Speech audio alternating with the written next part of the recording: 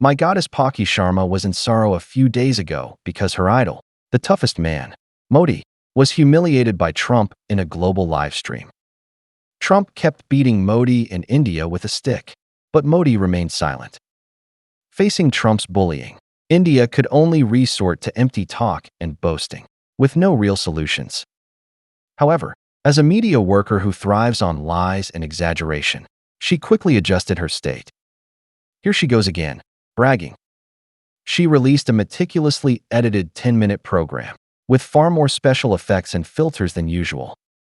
The video's theme was to boast about India's powerful infrastructure serving 1.4 billion citizens.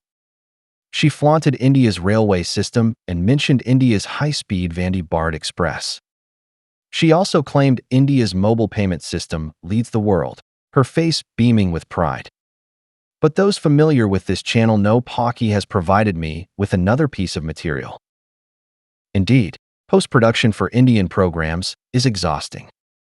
No matter how many filters or effects you use, you cannot hide the poor quality of the footage. Even the cover for this video could not use real footage and relied on AI generation, clearly produced by some ChatGPT-like tool with a distinct dull e-engine style. The train in the cover image must have used the prompt high-speed train because it looks exactly like China's high-speed rail, a typical bullet train that India simply does not have. The AI merely painted India's characteristic livery onto a Chinese high-speed train. This is not surprising, as Indians often use footage of Chinese bridges, dams, and cities online to boast as if they were India's.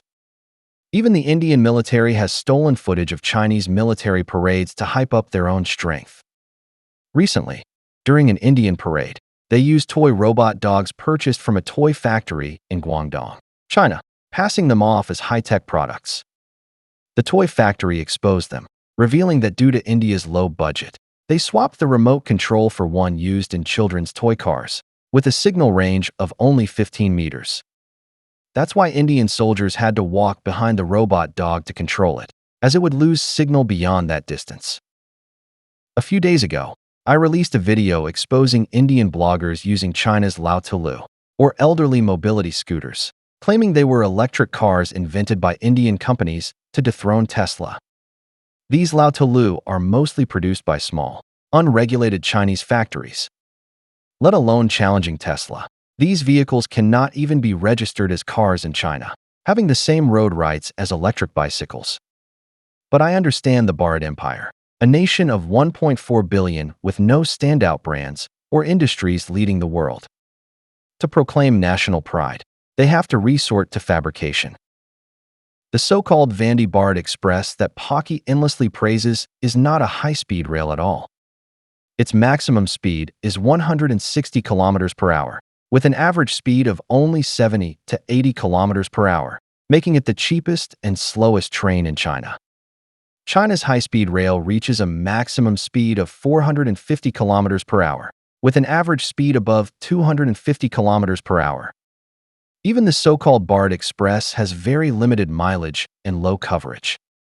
In contrast, China has built a 50,000-kilometer high-speed rail network spanning the entire country. Yet this does not stop the Bharat Express from frequently appearing on the front pages of Indian media, compared to China's high-speed rail. Indian netizens commented that China must be shocked by their achievements. Yes, we Chinese are indeed shocked by the Bharat Empire, but for their ignorance and arrogance. The Indian scenes in Palki's news footage, even with heavy filters, remain unimaginably poor and backward. Let's talk about another Indian achievement Palki bragged about with pride: the payment system. Bank cards are not worth mentioning, as they are common worldwide. What makes Palki proud is India's mobile payment system, where all transactions can supposedly be done via smartphone. Then we see the news image in the video. The phone has no signal. Yes, the Bharat Empire is that magical. Their mobile payment system supposedly works without a network, completing transactions with no signal. To be fair, China's digital yuan has achieved this function, so the Bharat Empire has caught up to the world's advanced level, standing side by side with China. In reality, the leading Indian mobile payment company is primarily backed by foreign investors like Alibaba, Buffett, and SoftBank. Its technological foundation entirely relies on support from Alibaba and others. In terms of transaction volume and coverage, it cannot even compare to Chinese or American companies.